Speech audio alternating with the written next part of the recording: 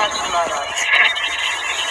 भक्ति का मार्ग जीना रे, भक्ति का मार्ग जीना रे, भक्ति का मार्ग जीना रे, भक्ति का मार्ग जीना रे। यह महात्मा कबीर साहब जी महाराज की वाणी है। इस महात्मा की वाणी के कई ग्रंथ हैं, लेकिन आपने छोटे छोटे शब्द भी उच्चारे हैं और उन शब्दों को संग्रह करके एक अलग ग्रंथ बनाया गया है जिसको शब्दावली कहते हैं। शब्दावली के 6 भाग हैं और उनके अंदर से आज का एक छोटा शब्द हम कबीर साहब का सुन रहे हैं।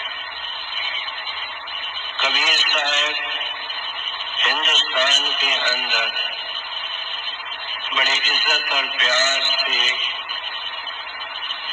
दुनिया के लोग कई देशों में बड़े आदर और इज्जत है और पढ़ते हैं। कबीर साहब की जिंदगी हम जानते हैं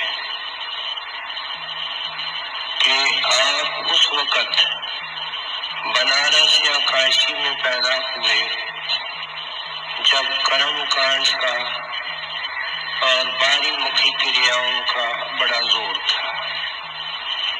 ये गढ़ था जहाँ रीति रिवाज, पढ़ना पढ़ाना, यज्ञ, पुण्य, दान, जितनी बाहर मुखी क्रियाएं होती है ये बहुत जोर पर थी और निर्मल परमाणु गुम हो चुका था। कबीर साहब ने आवाज उठाई और आवाज का विरोध होता है। क्यों कि दुकान उजड़ती है, रोजगारी, बेखदारी, पाखंडी, इनके आय के साधन कम होते हैं, लोग जाना बंद करते हैं। जो खुशकिस्मत जीव कबीर साहब के शरण में आए उन्होंने उनको भक्ति का भेद दिया, करके भक्ति का भेद या रीत सिखाई और उनके अंदर प्रेरणादायक शक्ति होकर के बैठे, उनको बल बख्शा, निर्मल किया और घर को पहुंचाया। लेकिन हम ये जानते हैं कि ये कार्य करते हुए आपको कितने मुसीबतों को झेलना पड़ा, कितने कष्टों को सहन करना पड़ा, लेकिन आप अंतिम सांस तक भक्ति करके गए। जब जाने लगे तो एक अजीब बात इन्होंने की। सारे काशी के अंदर ये भ्रम था कि जो काशी के अंदर चोला छोड़ेगा, बल्कि जिसका आकर के बाद में हड्डियां भी प्रवान की जाएंगी, वो स्वर्ग के अंदर जाएगा। और एक और यूपी के अंदर शहर था मगर, उसमें जो चोला छोड़ेगा वो नरक में जाएगा। कबीर साहब ने सारी जिंदगी ये टक्कर लिया था, ये संघर्ष किया था, इस कर्म कांड के बर्तन को फोड़ा था, उसके टुकड़े टुकड़े किए थे और ये मिसाल कायम करने के लिए कबीर साहब हम अपने अंतिम जाकर के दिन मगर में रहे और वहीं चोला छोड़ा और वाणी में लिख करके गए हैं कि ऐ दुनिया के लोगों, अंधेरे के अंदर मत रहो, भगवंत अंदर है, मुक्ति अंदर है, पत्थर पानी के अंदर नहीं।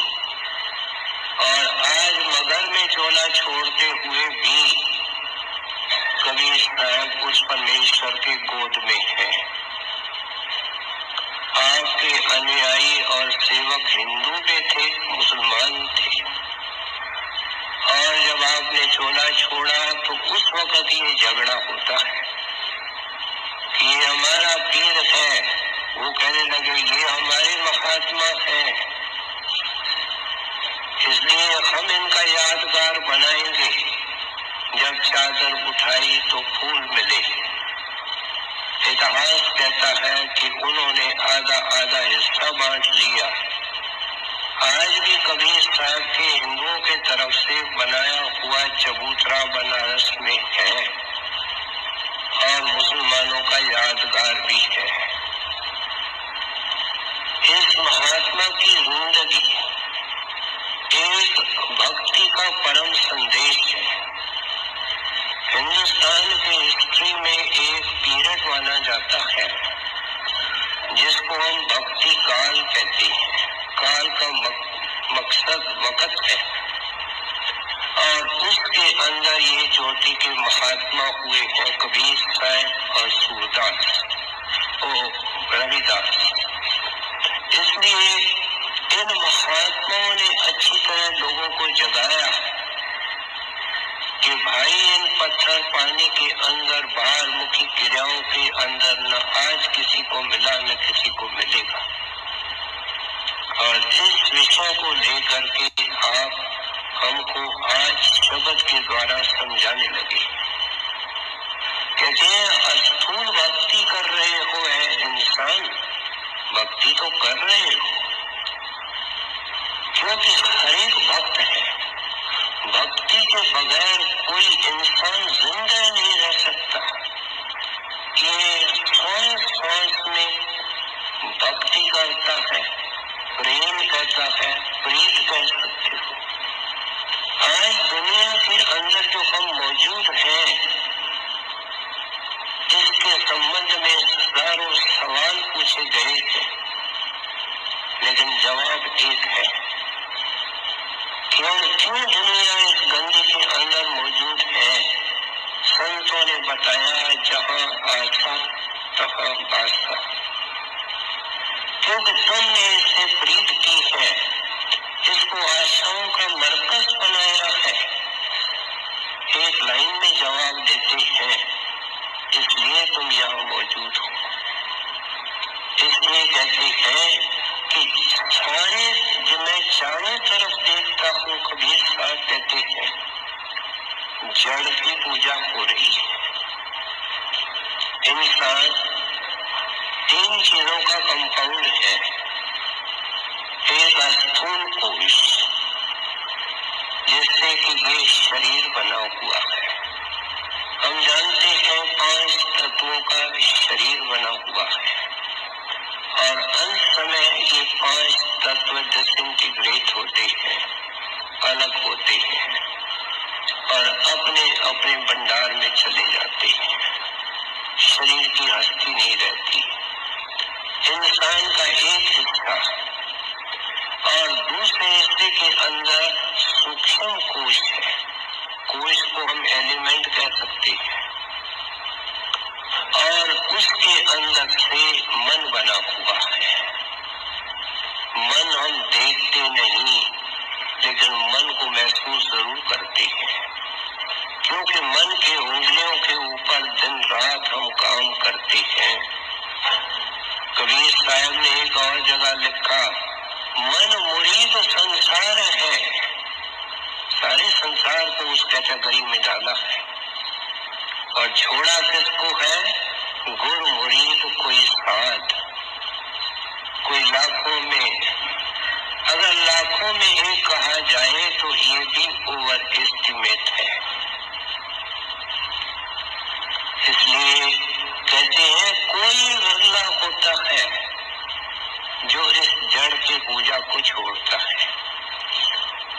और तीसरा इसका जो कंपोनेंट है वो है महान चैतन्य कोश, और उससे आत्मा बनी हुई है। अब इंसान जड़ता से बाहर निकल नहीं सकता। जड़ता से संगत की है। इस आत्मा ने आत्मा की हस्ती गुम की है। आप देखो, पहले इस शरीर की तरफ देखें, जानते हैं कि ये फना है, जड़ है, लेकिन हम जितने बैठे हैं, एक कह सकता है कि हमने शरीर की प्रीत छोड़ दी है। अगर शरीर की प्रीत छोड़ जाए तो ये उसके साथ होगा जो इसका है। हजूर महाराज जी एक रोचक कहानी सुनाया करते थे। एक माई की होनहार लड़की बीमार हो गई, शादी भी नहीं हुई और बहुत बीमार थी। प्रार्थना करती है कि है भगवंत, इसने कुछ नहीं देखा, मैंने सब कुछ देखा, मैं विधवा हूँ, आप मेरे दिन भी इसको दे दीजिए। गरीब थे, झोपड़ी में सोते थे और रात को इतनी ताकत नहीं थी कि बत्ती जला के रखे। दरवाजा भी ऐसा था। एक भैंस अंदर आई, उसने किसी पतीले के अंदर मुंह डाला, मुंह चला तो गया लेकिन अटक गया और पतीला नीचे से काला, भैंस काली, दिखता उसको कुछ नहीं। वो इधर उधर घूमने लगी। माई को जाग आई, समझ गई जमदूत आ गया। उस वक्त कहती है, हाथ जोड़ करके मेहरबानी करना, मैंने तुम्हारा कुछ नहीं बिगाड़ा है, इसको लेने आए हो, वो परले मंजे के ऊपर पड़ी है, उसको ले जाओ। ये तो देखो, इंसान सोचे कि जब इसने जड़ से इतनी प्रीत रखी है, इतना हम सत्संग सुनते हैं, इतना ज्ञान है, इतनी हमारे सामने गुरु की दया है, तो भी इस जड़ का प्यार कौन छोड़ता है? हर एक कैद के अंदर रह करके खुश है। इस तन की पॉलिश, इसकी मालिश, इसकी देख रेख, इसकी सजावट, सब कुछ इसके लिए हो रहा है। मुसलमान सूफी दरवेश कहते हैं कि बुत परस्ती मना है। बुत परस्ती का मतलब कोई मूर्ति पूजा सिर्फ नहीं है। इंसान जो कुछ सुबह से शाम तक कर रहा है, ये एक किस्म की सूक्ष्म बुत परस्ती है। क्यों कि इंसान की जड़ है। ये गंभीरता पूर्वक विचारना पड़ेगा। जब हम महात्माओं की वाणी को देखते हैं, कबीर साहब ने, गुरु नानक देव ने वाणी के अंदर लिखा, मृतक कहिए नानका, जय प्रीत नहीं भगवंत। कहते हैं, मुझे लोग चलते फिरते नजर आते हैं और समझते हैं कि हम चल कर रहे, हम काम काज कर रहे, हम बड़े होशियार हैं, हम बड़े विद्वान हैं, हम बड़े रूपवंत हैं, हम बड़े जानकार हैं। लेकिन महात्मा की पहली दृष्टि देखो, कहते हैं मेरे नजर में सारे मुर्दे हैं, क्योंकि इनके अंदर भगवंत की प्रीत नहीं है। ये मौलाना रूम साहब ने लिखा कि आंखों तक कब्र है बंदे कब्र के अंदर कैद हो, कब्र के ऊपर जिंदगी है, में मुर्दा होता है। क्राइस्ट के बारे में जो ऑर्थोडॉक्स लोग हैं, उन्होंने ये फैला के रखा है कि उन्होंने अनेक मुर्दों को जिंदा किया, लेकिन उसका अर्थ ये नहीं है।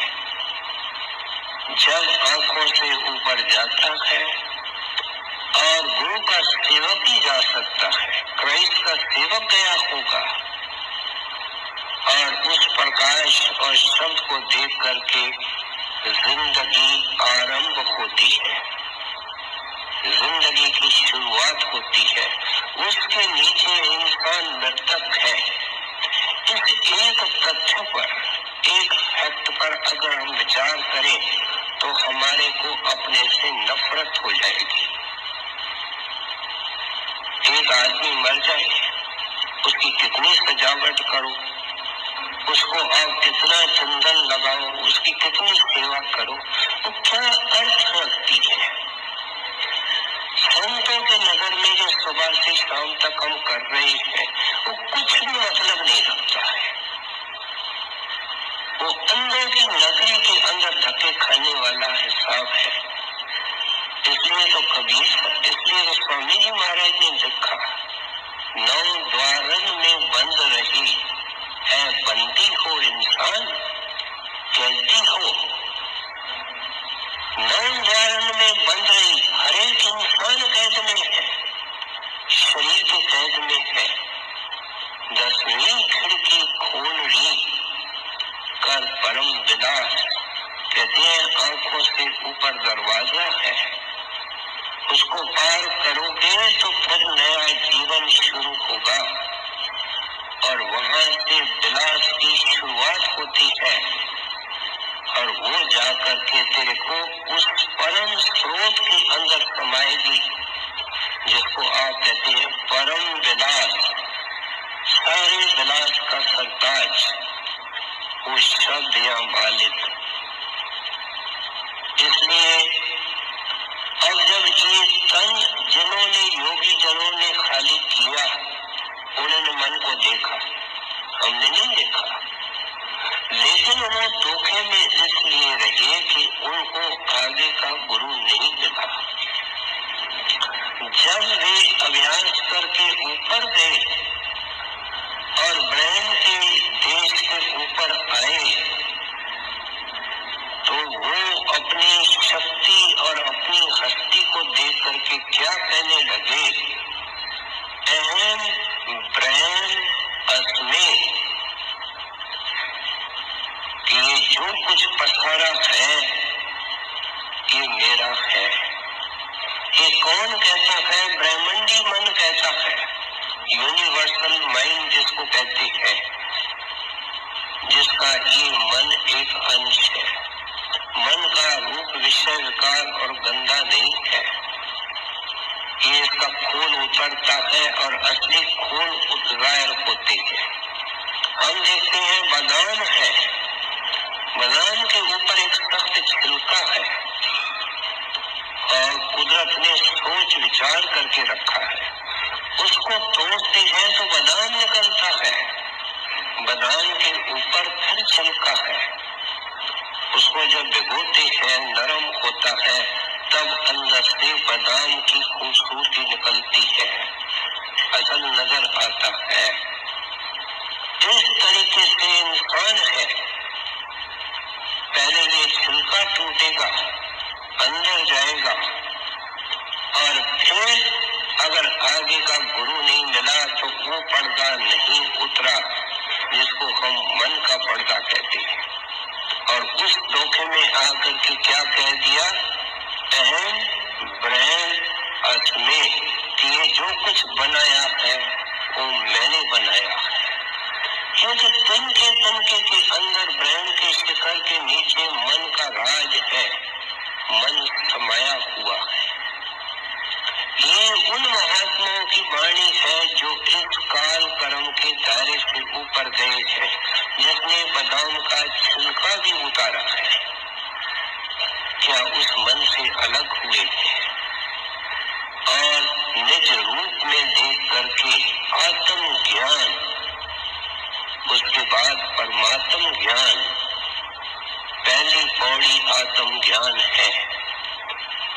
और उन महात्माओं ने ये मन का पर्दा उठाया है कि मन ठग है, ये अपने आप को मालिक कहलाता है। काल में देखो कितने साधु बना दिए, कितने महात्मा, कितने ग्रंथ और कितनी उनकी पूजा हो रही है। ये सब उनका धोखा है कि इस चीज के ऊपर पर्दा डालने के लिए कि संतों का मत, संतों की शिक्षा, उसका पता न चले। इस उलझन के अंदर आदमी आज हरेक पढ़ा लिखा विद्वान गुणी ज्ञानी आदमी पूछता है साधु का, महात्मा का निशानी क्या?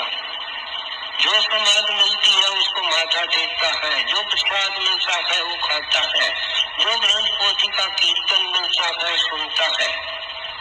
अंधेरे में लाठी है, कुछ फायदा नहीं है। फायदा कब होगा? जब कहते हैं भक्ति का मार्ग जीना रे, मैंने भक्ति को किया है। कबीर साहब कहते हैं सारी जिंदगी भक्ति को डेडिकेटेड रहे, भगवान की भक्ति के अंदर अंतिम सांस तक रहे। कहते हैं मैंने इस भक्ति के मार्ग को तय किया है प्यारे, ये ऐरा गहरा मार्ग नहीं है, ये बहुत बारीक है। हम कितनी अखबारें देखें, हम कितने वीडियो कैसेट देखें कि लोग एवरेस्ट के ऊपर चढ़े हैं, गिने चुने लोग हैं, बहुत कम है। लेकिन उनको देखने से हमको कभी अंदाज नहीं लग सकता कि जो राह एवरेस्ट के चोटी पर जाती है वह कितनी दुर्गम है, खतरनाक है, और क्या क्या उस यात्री के ऊपर गुजरता है जो हिम्मत रखता है उस शिखर को पहुंचने के लिए। ये इस मार्ग के ऊपर चढ़े हैं, इन्होंने देखा है। कहते हैं बहुत सांकड़ा मार्ग है। अब मार्ग होता है तो कहीं से शुरू होता होगा, कहीं खत्म होता होगा। जब मार्ग शुरू होता है वहाँ मार्ग की शुरुआत होती है, जहाँ मार्ग खत्म होता है वहाँ मार्ग की मंजिल होती है।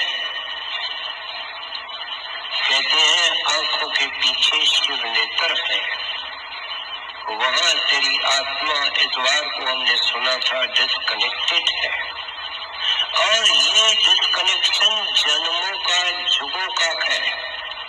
महात्मा ये भी कहते हैं जड़ चेतन की गांठ है, आंखों से नीचे जड़, आंखों से ऊपर चेतन, और दोनों की गांठ आंख के बीच में है। और कैसी गांठ है? जो कसी हुई है, जन्मों की जुगों की। बहने विशेष जानते हैं कि अगर डोरी को एक गांठ आवे, उसके ऊपर गांठ आवे, गांठ के ऊपर गांठ आवे, और कोई उसको कहे बहन को इस सब गांठ को खोल, और फिर उसको ये भी कहा जाए कि अंधेरे में खोल, खुल सकती है। ये आंखों के बीच में घोर अंधेरा हमारा स्वागत करता है। जड़ चेतन के गांठ खोलने का सवाल कहाँ? जो थोड़ा बहुत बैठते हैं जानते हैं उदासी के सिवाय कुछ भी नहीं होता। जब रोशनी आएगी तब दिखेगी कि जड़ और चेतन की गांठ है, नजर ही नहीं आती है गांठ, उस प्रकाश में नजर आती है, और फिर गुरु की कृपा से अलग भी हो जाती है। चीनी अलग हो जाती है और रेत अलग हो जाती है। रेत का स्वाद कहाँ, चीनी का स्वाद कहाँ? और ये उस जड़ चेतन के गांठ को खोल करके ऊपर जाता है। इसलिए कहते हैं उस नाज़िक राह से मैं गुजरा हूँ। कबीर साहब कहते हैं बहुत जीना है प्यारे, भक्ति का मार्ग जीना रे, बड़ा सांकड़ा है, बहुत बारीक है। महात्माओं ने दुनिया की मिसालें दी। कबीर साहब ने कहा राई के 10वें हिस्से से बारीक है, और कबीर साहब ने गुरु नानक ने कहा कि बाल के 10वें हिस्से से बारीक है। क्राइस्ट ने कहा कि जैसे सुई का रोजन होता है, सुराख होता है, जिससे कि डोरा पास किया जाता है, प्यारे समझाऊं तो क्या समझाऊं, इससे कई गुना बारीक है। निकलना किसने है उस सुराख से? इस मोटे मन ने। अगर एक बहन और भाई बहुत मोटा हो जाता है, ये मिसाल हमारे जिंदगी से जुड़ी हुई है। वो डॉक्टर के पास जाता है, डॉक्टर साहब इस मोटापन ने तो मुझे तंग किया है, कोई दवाई दो, को गोली दो। डॉक्टर पहला सवाल पूछता है, अगर इंटेलिजेंट डॉक्टर है, भाई बहन क्या खाते हो, कुछ कसरत भी करते हो, कुछ व्यायाम करते हो? इंटेलिजेंट डॉक्टर तो यही सवाल करेगा। अगर वो कहती है या भाई कहता है कि डॉक्टर साहब आप तो मुझे कोई गोली दे दो, और डॉक्टर ने गोली दे दी, तो या तो कमाने के ख्याल से दी या बीमार के तसल्ली के लिए दी, मोटापन नहीं जाएगा। ये खाना क्या है? भोग है। इस दुनिया के अंदर एक ड्रामा है। कोई ऐसा ड्रामा नहीं जहाँ सेकंड सेकंड के अंदर पर्दा बदलता है। देखा कोई ऐसा ड्रामा? लाखों पर्दे एक दिन के अंदर इस नाटक के बदलते हैं। आंखें देखती है, कान सुनते हैं, स्वाद लेते हैं, छूते हैं, बोलते हैं। कहते हैं अनेक अनेक दृश्य हैं लोगों के, पदार्थों के, नेचर के। ये बेचारा इंसान बिका हुआ है, इसकी क्या बुद्धि है, ताकत है। जब तक कबीर साहब वर्गा संत महात्मा कोई हमारे ऊपर दया न करे, जीव निबल कर क्या सकता है? इसलिए आप उपदेश करते हैं कि ये खाना है। आंखें देखती है, लेकिन स्वाद कौन लेता है? मन। कान सुनते हैं, लेकिन रस कौन लेता है? मन। खा खा करके ये मोटा हो चुका है। अब संत महात्मा इसको सिमरन ध्यान का तरीका देते हैं और साथ में कहते हैं कि सरल जीवन बिताओ, कम जरूरतें रखो, थोड़े से वस्त्र चाहिए प्यारे, ले कुछ नहीं जाओगे, 2 गज कफन तेरे ऊपर डाला जाएगा, ये तेरा वस्त्र है। तो बहुत गलती के अंदर है। और उस वक्त पानी का 1 चम्मच इसके मुंह में डालते हैं कि इसका खाना पीना है। कौन से अंधेरे के अंदर है, किस चीज का ये पीछे लगा हुआ है। इसलिए आप समझाते हैं कि ये जिंदगी के अंदर भोग धीरे धीरे छोड़ने की कोशिश करो। भोग संसार कोई दिन के अंधेरे छोड़ने पड़ते हैं। एक पानी का चम्मच, एक कपड़े का टुकड़ा और बांसों की एक सीढ़ी, ये इसको दी जाती है और कहा जाता है तेरा कुछ नहीं है, राम नाम संग है, तेरा तो परमेश्वर साथी है। इसने साथी किया ही नहीं। ये कह क्या रहे हैं कि परमेश्वर को साथी करो। भक्ति क्या है? परमेश्वर से प्रीत। दुनिया की प्रीत छोड़ो, परमेश्वर से प्रीत जोड़ो। एक लाइन में समझा रहे हैं, करे कौन, सुने कौन। जहाँ बाजे बज रही है वहाँ तूती की आवाज कौन सुनता है? जहाँ इतना दिलकश ड्रामा है वहाँ संतों की वाणी की क्या कीमत है? जन्मों जन्मों में इंसान बने सुना, लेकिन हमने इसका इम्पोर्टेंस कहाँ रखा? इनकी फिर भी ये आवाज और पुकार चालू है कि शायद कोई किस्मत वाला एक निकले, 2 निकले और उस छीने मारे के अंदर जाने का मकसद रखें। और मकसद रखेंगे तो क्या करेंगे? इसको खोल करके आज कबीर साहब समझाते हैं।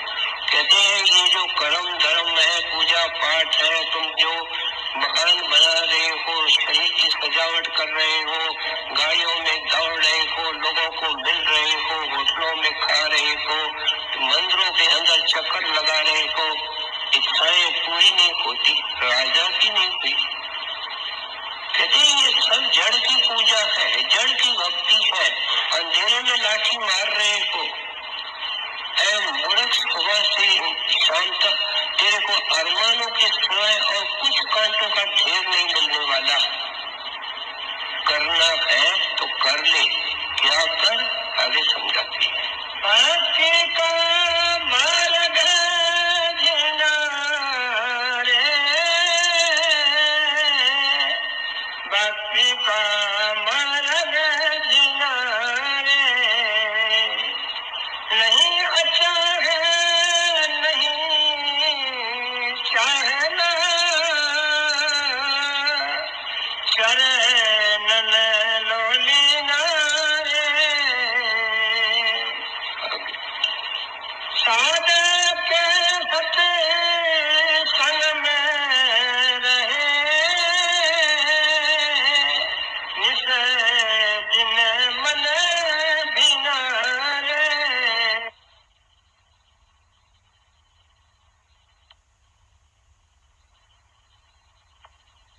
ऐसे को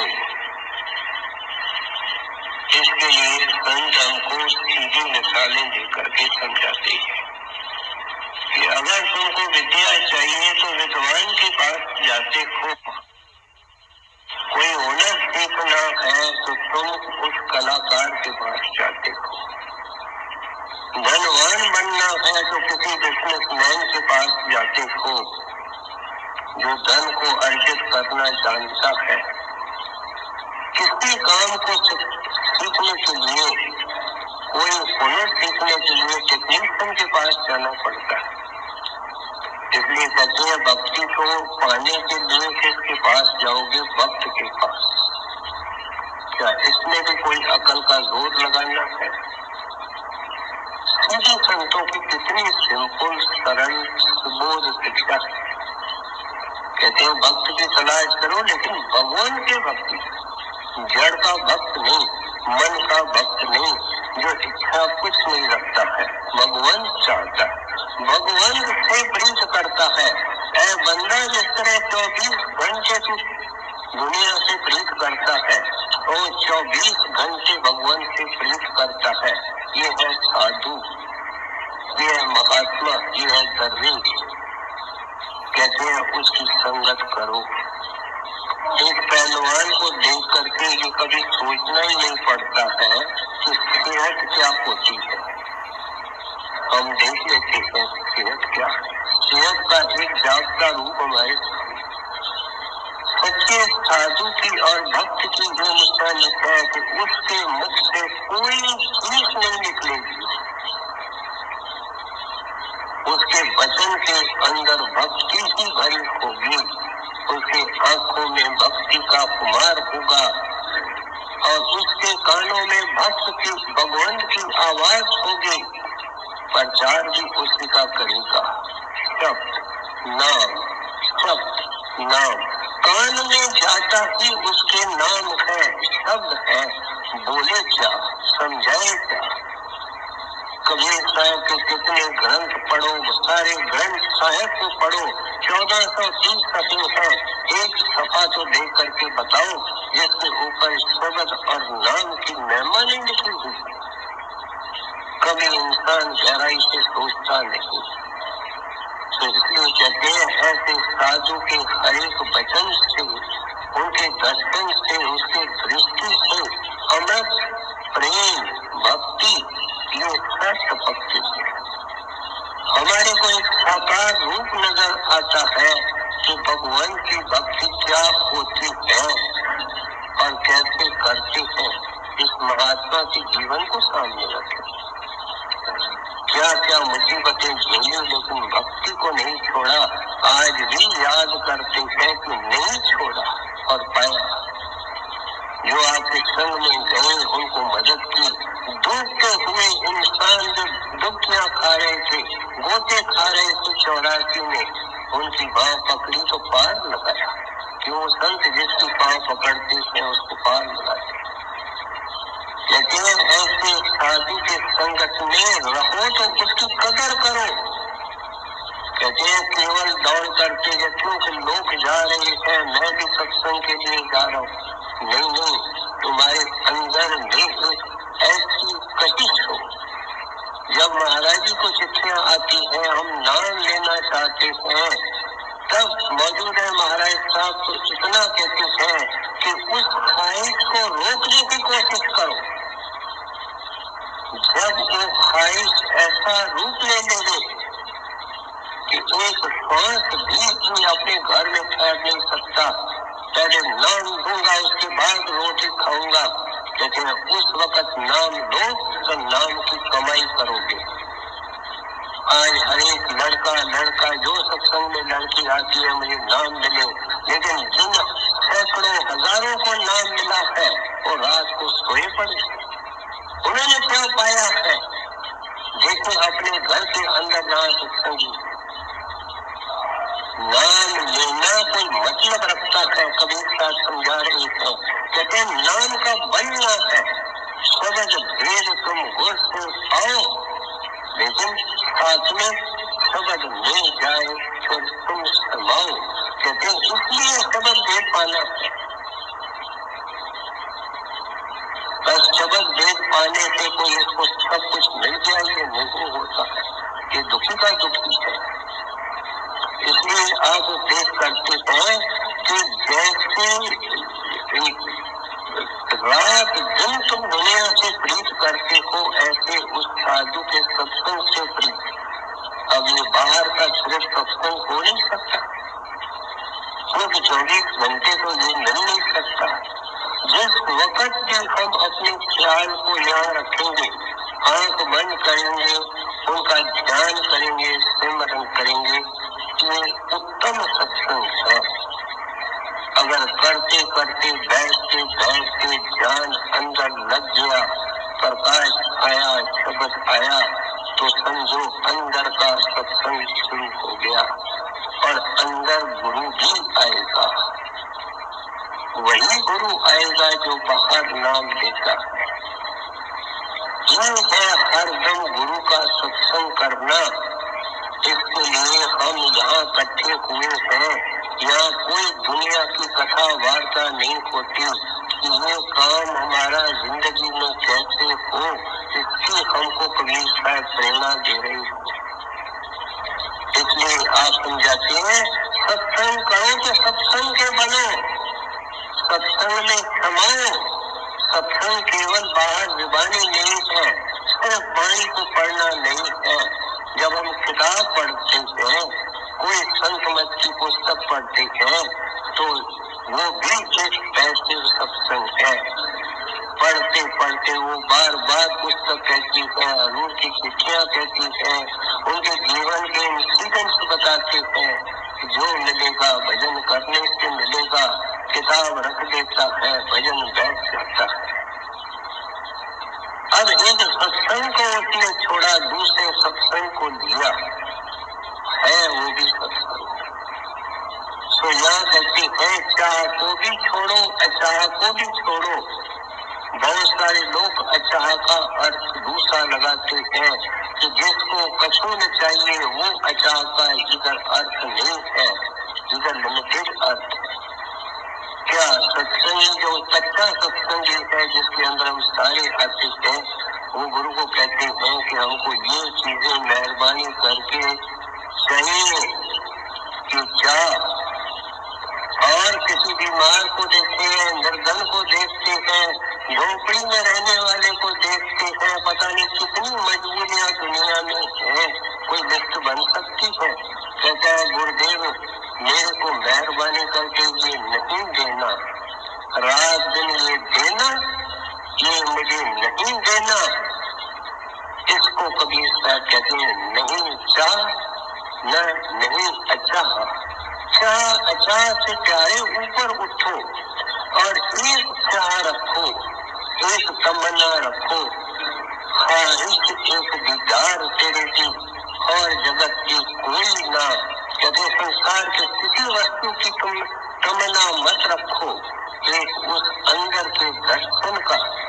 खेद उठेगा गुरु तरफ से, खेद कौन सा है कि सारे अरमान और सारे कांटे, सारी चिंताएं और सारे दुख कहते मिटे हो, अंदर के दर्शन से मिटे हो। तुम कितने झक मारो, कितने कोशिश करो, कितने सत्संग करो, कितना महाराज जी की गाड़ियों के पीछे दौड़ो, मिलेगा अंदर में और वहां से खेत मिटेगा। तो इसलिए आप समझाते हैं कि उस चाह को छोड़ो, अचाह को भी छोड़ो। इधर आता है भाड़ा, भाड़े के अंदर रहो। जैसे एक नदी की दो किनारे होते हैं, वो दो किनारों के अंदर बैठती है, इस तरह जिंदगी की नदी भी दो किनारों के बीच में बैठती है। एक सुख का है, दूसरा दुख का है, और वो ये दोनों किनारे बने रहेंगे तब तो नदी बहेगी। कहते हैं न सुख को देखो, न दुख को देखो, भक्ति को देखो, गुरु के हुक्म को देखो, गुरु की आज्ञा को देखो। हर दम अपने ख्याल को सत्संग के अंदर रखो, सिमरन के अंदर रखो। एक ही बात है, सत्संग सच्चा, सतगुरु सच्चा, नाम सच्चाई क्या कहूँ बका। ये सत्संग के सब तरीके हैं। कहते हैं इसके अंदर अपने मन को रात दिन लगाए रखो। साधक सत्संग में है, नित दिन मन भिना रे, शब्द में चेत ऐसे बसे, जैसे जग मिला रे। मैं कथा नहीं सुनाता हूँ। कबीर साहब जिस वक्त हुए, कथाओं की कोई कमी नहीं थी। सारे ग्रंथ बड़े हुए थे, सारे पंडित कथाएं कर रहे थे, कहानियां सुना रहे थे, बीती हुई बातें। कबीर साहब कहते मैं कथा सुनाने नहीं आया, मैं तो जिंदगी के अंदर दिखाने आया हूँ। चलते कोई मेरे पास उस देखने के लिए ग्राहक आए, क्योंकि इसके लिए तो सब कुछ आगे चल करके समझाते हैं, देना पड़ता है, और हर एक का काम नहीं, ये बहुत महंगा सौदा है। तो इसलिए आप कहते हैं कि अगर तुम्हारे अंदर लगन होगी, देखो कितना स्टेप बाय स्टेप हमको समझाते हैं। कहते हैं तुमने जब दुनिया की प्रीत को तोड़ा तो कहीं तो जुड़ेगी। ये इंसान प्रीत के बगैर रह नहीं सकता। जैसे जैसे दुनिया की प्रीत कम होगी तो आकर कहीं तो जुड़ेगी, और वो नाम से जुड़ेगी, गुरु से जुड़ेगी, मालिक से जुड़ेगी। उनकी बात है, उसको भक्ति कहती है, क्योंकि भगवान की ही भक्ति का भंडार है, और भगवान की भक्ति ही भक्ति कहलाती है। समाज की भक्ति की जाती है, देश की भक्ति जाती है, दुनिया के विश्व कल्याण की भक्ति की जाती है। ये सब जड़ की भक्ति है। जितना तुम दान करते हैं, तीर्थ करते हैं, ये सब जड़ की भक्ति है। इनका परमार्थ से, निर्मल परमार्थ से कोई वास्ता नहीं है। ठोक ठोक करके आपने सारी जिंदगी के अंदर समझाया, जाते वक्त वाणी के अंदर समझाते गए। तो इसलिए कहते हैं ये भी कोई खुशकिस्मत दिन, कोई खुशकिस्मती से ऐसा शुभ दिन आएगा जब तुम लग जाओगे और आंखों से ऊपर जा करके तेरे को अंदर में प्रकाश मिलेगा, तेरे को कीर्तन मिलेगा, और पता लगेगा कि दोनों ही एक सोच से निकल रहे। बिजली भी आसमान से निकलती है, और जो बादलों की टक्कर के कारण कचबोर होती है, गर्जना होती है, वो भी उसी जगह से निकलती है। अलग अलग दिखाई देती है, लेकिन उनका भंडार एक ही है, और वो बादलों की टक्कर है। बिजली पैदा होती है, आवाज पैदा होती है, दोनों का सोच एक ही है, और गुरु उस भंडार से आता है। कहते हैं फिर तुम्हारी हालत क्या होगी, तुमको कोई दुनिया की होश नहीं, तुम तो बन गए मेहमान। न पति रहे, न पत्नी रहे, न बेटा रहा, न बेटी रही, न नौकर रहा, न साहेब रहा, ये रहा क्या? वक्त। शब्द का उपासक। और मिसाल देते हैं मछली की। कहते हैं अपने आप को तोलो, अपने आप से पूछो कि तुम एक सब्जी तुमको मिले सारी जिंदगी खा सकते हो? तुमको 2 कुर्ते मिले सारी जिंदगी पहन सकते हो? एक जूता सारी जिंदगी को रख सकते हो? तुम कितनी वैरायटी चाहते हो? देख देख करके थक जाते हो, खा खा करके थक जाते हो, पहन पहन करके उब जाते हो, वैरायटी चाहते हो। लेकिन मछली वैरायटी नहीं चाहती। मछली चाहती है एक चीज, पानी। हमारे सामने प्रकृति ने बड़ी भयानक से और बुद्धिमानी से हमारे नीचे के स्पीशीज के अंदर मिसालें रखी है। इंसान के कान खोलने के लिए, आंखें खोलने के लिए, उसके सूझबूझ को खोलने के लिए कि तू तो इंसान है, लेकिन देख ले कि एक मछली पानी से कितनी प्रीत करती है। उसका जीवन उसके साथ जुड़ा हुआ है। अगर उसको अलग करो, फड़क करके मर जाती है। कहती है कि सागरों के अंदर ठंड इतनी जोर की पड़ती है कि पानी फ्रीज हो जाता है। नॉर्थ जोन है, साउथ जोन है, रात दिन बर्फ छाई हुई है और मछलियां जो उस पानी के अंदर रहती है वे भी फ्रीज हो जाती है, मर जाती है, लेकिन पानी का साथ नहीं छोड़ती।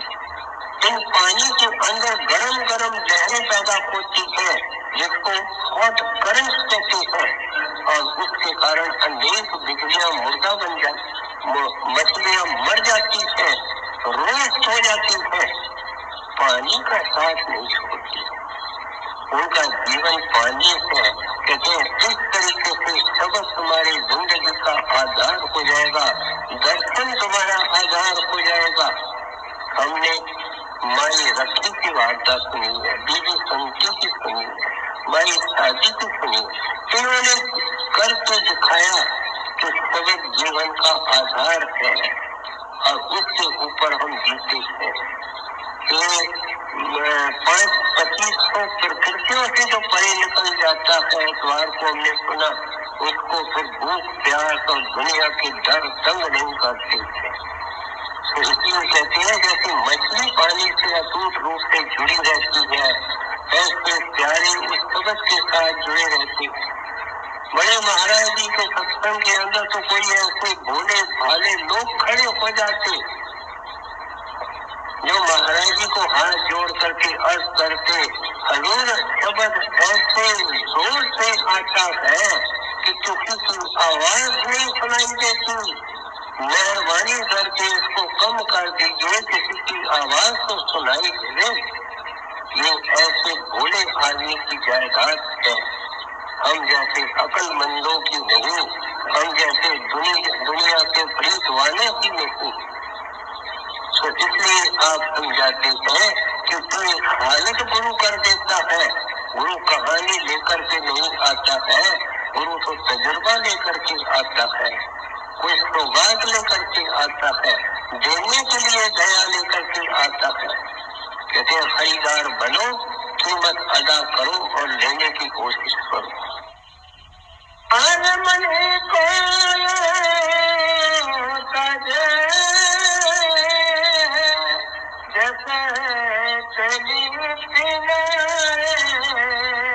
अब संतों की वाणी की निगाहतें कभी कभी क्या करते हैं, रुकावटों का पहले जिक्र करते हैं और फिर रुकावटों को दूर करके जो फल मिलता है उसको बयान करते हैं। यहाँ तो पहले हमारे आदर्श रख लेते हैं, फल रख लेते हैं और बाद में बताते हैं कि जब इसको पाने की कोशिश करेगा बंदा तो दिक्कतें आएंगी। क्यों कि इधर जब तक मैं है तो तू नहीं हो सकता है। प्रेम गली अति सांकड़ी या में दो न समाए। कहते या तू रह सकता है या मैं रह सकती हूँ। गली बहुत सांकड़ी है, एक ही आदमी गुजर सकता है, या तू गुजरेगा या गुरु गुजरेगा, और तब गुजरेगा जब गुरु के अंदर समा करके ही गुजरेगा। इसलिए इसलिए कहते हैं कि ये सारी अकड़ें छोड़ो, सारी दावाएं छोड़ो और मिट्टी बनने की कोशिश करो। बार बार ये कहा जाता है कि दीनता के बगैर कोई गुजारा नहीं। दीनता का पहला सबक सत्संग में, और फिर ये मिलता है सेवा में, और फिर मिलता है भजन में। जो सिंसियर आदमी भजन में बैठता है और नाम जपना चाहता है, उसको अपने अवगुण नजर आते हैं। वो देखता है, हाय मैंने कड़वा बोल दिया, लेकिन कितना मुझे महंगा पड़ा। जिसको कहा उसको तो छोड़ो, उसके अंदर रहम कर दिया, लेकिन घात अपना भी कर दिया।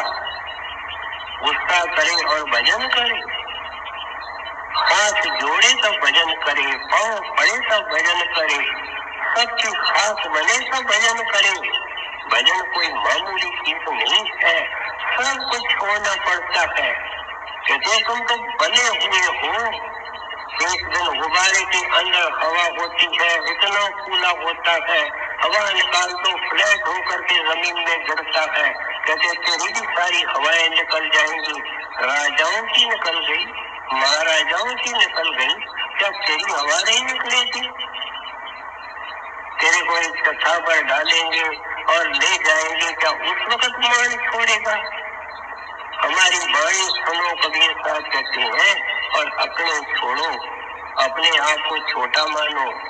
आज से इसको शुरू करे सत्संगी कि जिनसे नहीं बोलता है उनसे बोले, प्यार से बोले, हाथ जोड़ करके बोले।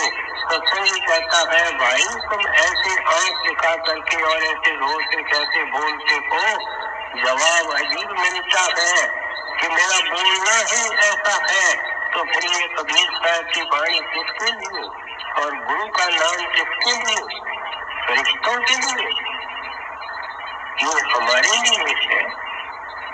तो इसलिए आप समझाती हैं, सारी अकड़ें छोड़ो, दावाएं छोड़ो, खाक बनो, आखिर ये तन खाक मिलेगा। क्यों फर्क मगरूरी में?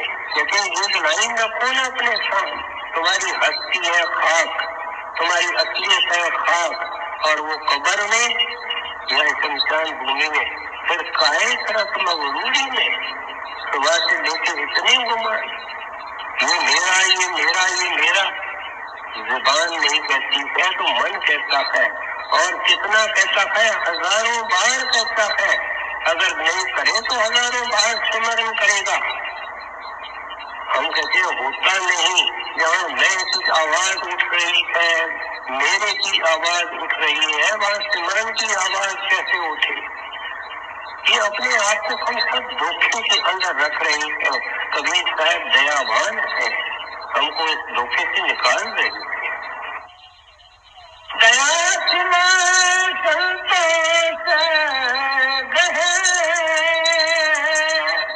रहे अति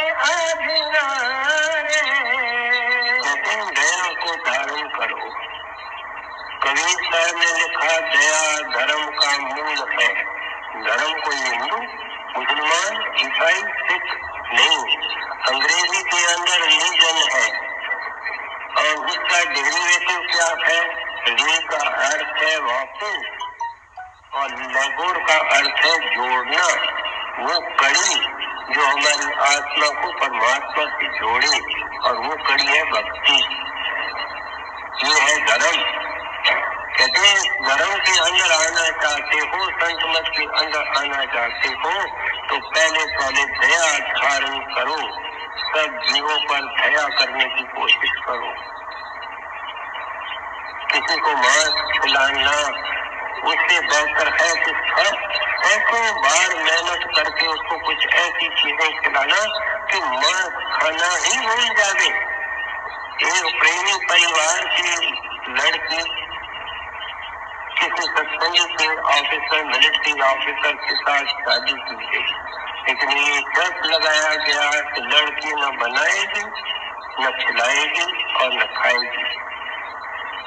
अब वो मिलिट्री ऑफिसर था, उसको नौकर थे, खानसामे थे, और वो मुर्गी, अंडे वगैरह सब कुछ खाता था। लड़की अपने गुरु के अंदर भरोसा रख करके बैठी थी। आखिर एक लड़की हुई, पिता टेबल पर बैठ करके उसको भी खिला दे। माँ बहुत प्रोटेस्ट करे, भक्तनी थी, प्रेमन थी, भजन करने वाली। वो कहती है आप तो इस खाने की आदत के गुलाम हो।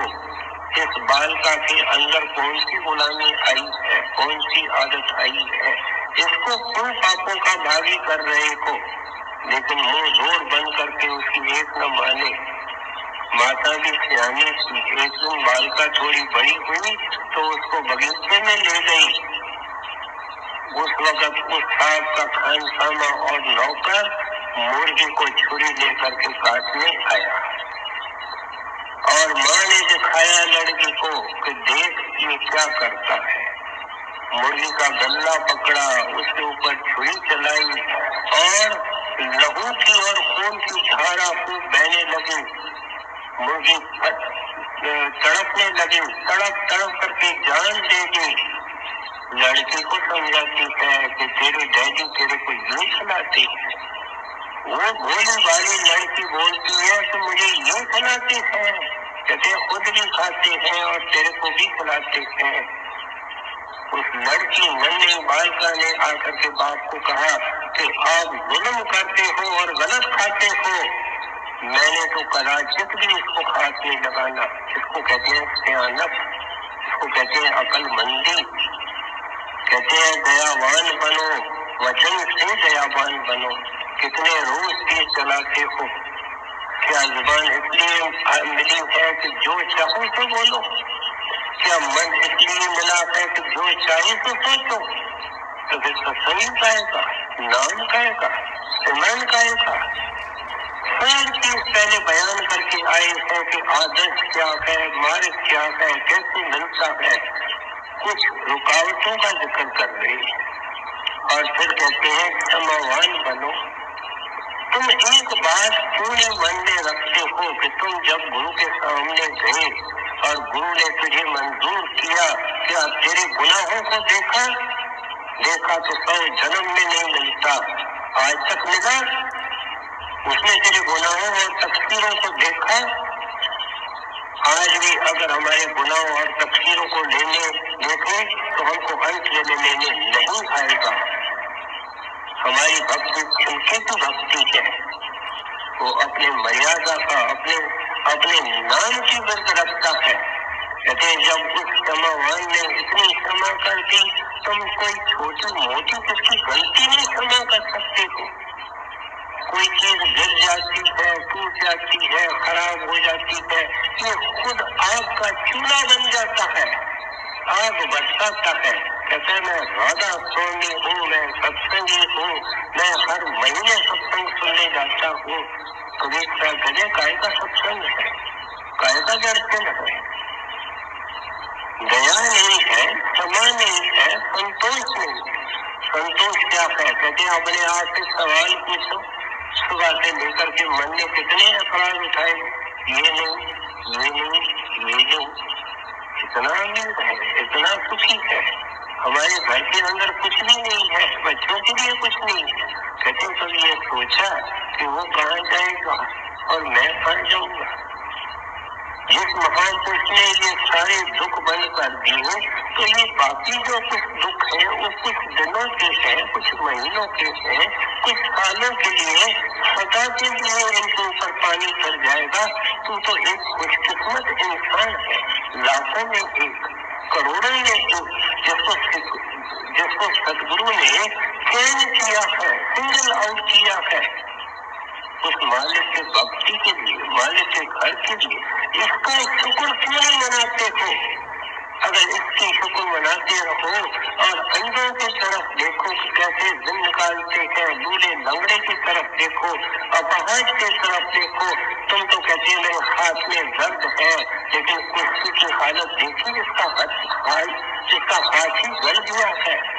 तुम तो कहता है कि मेरे को जूता अच्छा नहीं मिला है। कभी लंगड़े बूढ़े को देखा कि लकड़ी के डंडे लेकर के चलता है। बेअकल इंसान क्यों नहीं कदम कदम पर शुक्र करता है? जो शुक्र करता है वही नाम की कमाई कर सकता है। दया सिमा संतोष रहे अति आदिनारे परमारथ में देता सिर कछुबल में न किनारे कह कबीर मत बची का प्रगट कह किनारे।